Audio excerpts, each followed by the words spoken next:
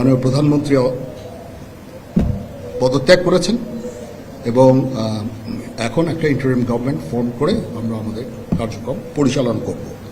প্রিয় দেশবাসী, আসসালামু আলাইকুম।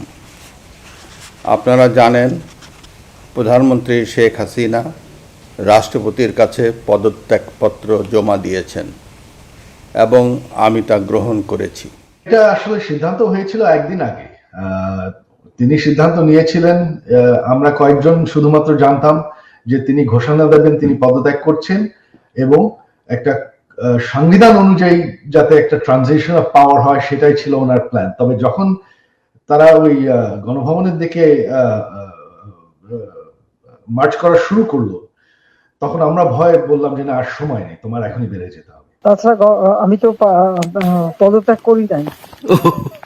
জি আপা, সবচেয়ে বড় কথা হচ্ছে যে আমাদের কনস্টিটিউশনের আর্টিকেল 57 অনুযায়ী যেভাবে পদত্যাগ করতে হয়, জি আপা, আমার কিন্তু সেভাবে পদত্যাগ করা হয়নি এবং সে কিন্তু ওই জন্য 6 তারিখে জায়গায় 5 তারিখে নিয়ে আসলো।